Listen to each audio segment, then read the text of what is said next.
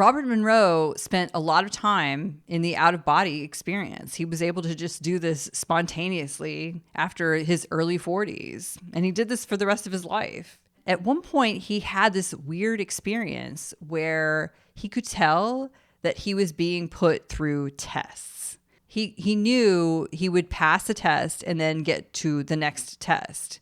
And he came out of this experience one day and told his friend, Tom Campbell, all about it. Well, some about it, because before he could even say anything more, Tom Campbell said, wait, stop right there. And he said to him, was the next test this? And it was the exact thing that Robert Monroe had experienced. Tom Campbell was able to tell Robert what his test had been. How was he able to do that? Tom said as Robert was telling him about his tests, he suddenly just had this remembrance of a time when he was 7 or 8 years old, when at night he would go out of body and the entities would test him in the exact same way. And he'd forgotten all about it. How had he forgotten all about it? He said that at one point, after all of this testing, other entities came to him and they said, hey, we're supposed to do something to you. And he was like, okay. He agreed to some sort of procedure that these new entities wanted to give him.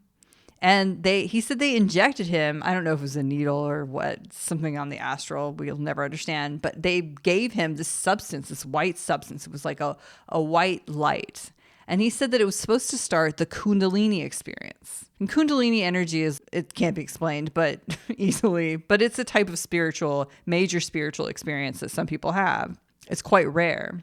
And these entities got him started on that when he was 7 or 8. And he was happy to go along with that. And he was just doing fine and dandy when other entities came to him. Again, he's still a kid. They came to him and they said, nope, we're shutting you down. And they shut him down completely until 20 years later when Robert Monroe was telling him this experience and it all came back to him.